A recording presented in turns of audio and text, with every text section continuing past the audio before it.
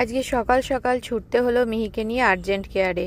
এই প্রথমবার আমরা ওকে নিয়ে এরকম একটা আর্জেন্ট বেসিসে ডাক্তার দেখাতে আসলাম।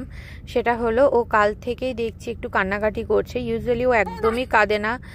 আর বা হাতটা আমি হঠাৎ নোটিস করলাম যে ও ইউজ করছে না, খেলছে ঢেলছে সবই করছে, দেখো বা হাতটা একটুও নাড়ছে না।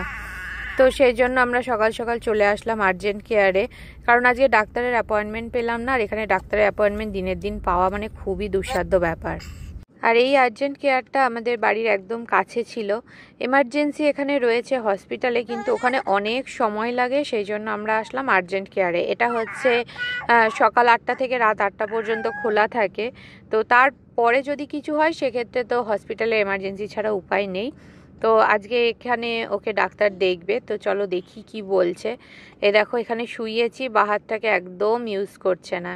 তো এটা আমরা ডক্টরের অফিসের রুম, যেটা অ্যাকচুয়ালি সেই রুমে, এক্সামিনেশন রুমে এসছি। ওর ভাইটালস চেক করলো, সব কিছু ঠিক আছে।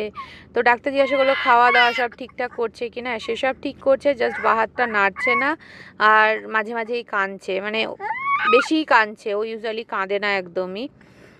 তো এক্ষুনি ডাক্তার আসবে, এবং ডাক্তার তো এই বলতে বলতে দেখলাম ডাক্তার চলেও এসছে। যদিও এখানে পিডিয়াট্রিশিয়ান ছিল না, ফিজিশিয়ান অ্যাসিস্ট্যান্ট হয়, সেই দেখলো। তো দেখে নিয়েছে। মিহি এখন ঠিকও হয়ে গেছে। যেটা হয়েছিল, ওর এলবোতে একটা হালকা ডিসলোকেশন হয়েছিল কোনো কারণে। দেখো ও এখন খুব সুন্দর বাঁ হাতটা নড়ছে। ওর ডিসলোকেশনটাই ডাক্তার জাস্ট ওপর থেকেই ঠিক করে দিল। আর বাচ্চাদের জয়েন্ট যেহেতু খুবই ফ্লেক্সিবল হয়। তো এখন আমরা বাড়ি ফিরছি।